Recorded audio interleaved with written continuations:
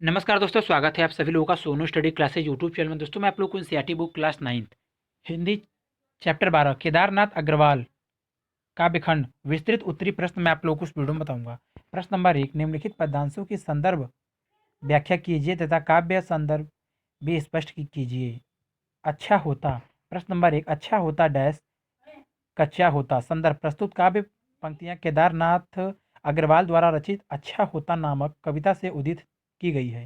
प्रसंग प्रस्तुत पंक्तियों में कवि आदमी को एक अच्छा इंसान बनाने की इच्छा करता है जो स्वार्थ रहित और सच्चरित्र हो, क्योंकि आज व्यक्ति का चारित्रिक पतन हो चुका है, वह पूर्णतः स्वार्थी बन गया है।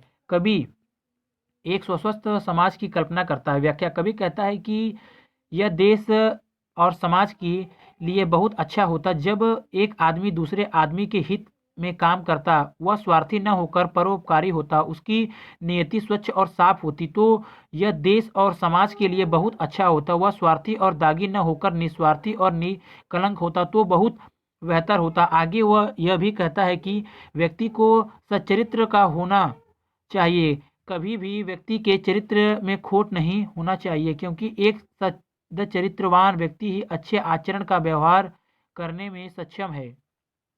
कभी एक स्वच्छंद समाज की कल्पना की है जिसमें जन साधारण का को भी कष्ट न हो। काव्यगत संदर्भ इन पंक्तियों में कवि एक स्वच्छंद समाज की कल्पना की है जो परोपकार एवं निस्वार्थपूर्ण हो, भाषा सहज स्वाभाविक एवं बोधगम। प्रश्न नंबर 2, अच्छा होता डैश बराती होता।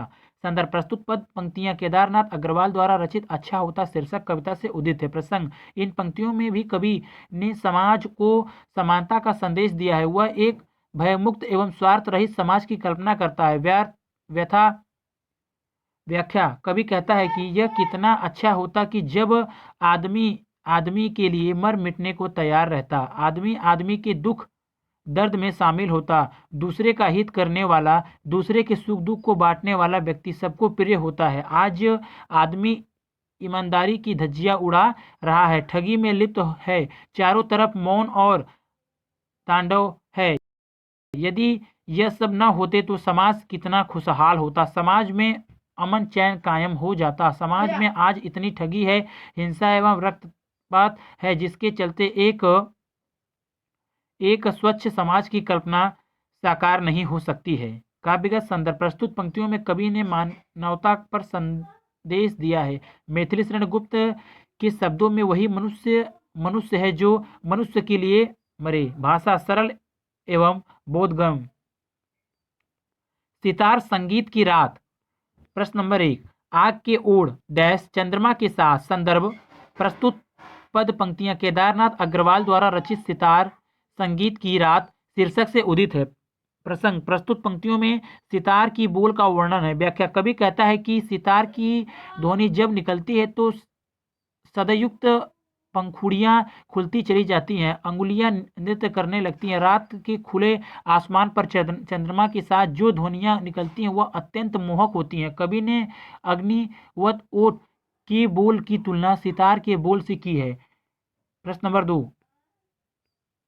शताब्दियां डैश विचरण करती हैं। संदर्भ प्रस्तुत पद पंक्तियां केदारनाथ अग्रवाल द्वारा रचित सितारा संगीत की रात शीर्षक से उदित है। प्रसंग प्रस्तुत पंक्तियों में संगीत का वर्णन है। व्याख्या कवि कहता है कि अनंत आकाश की खिड़कियों से मानो शब्दावली झांक रही हो। संगीत के इस समारोह में कोमल झलकता है, हर्ष रूपी हर्ष मानो दूध पर तैर रहा है। ऐसा मालूम पड़ रहा है जैसे धरती की सरस्वती हंस पर सवार होकर काव्य लोक में भ्रमण कर रही है।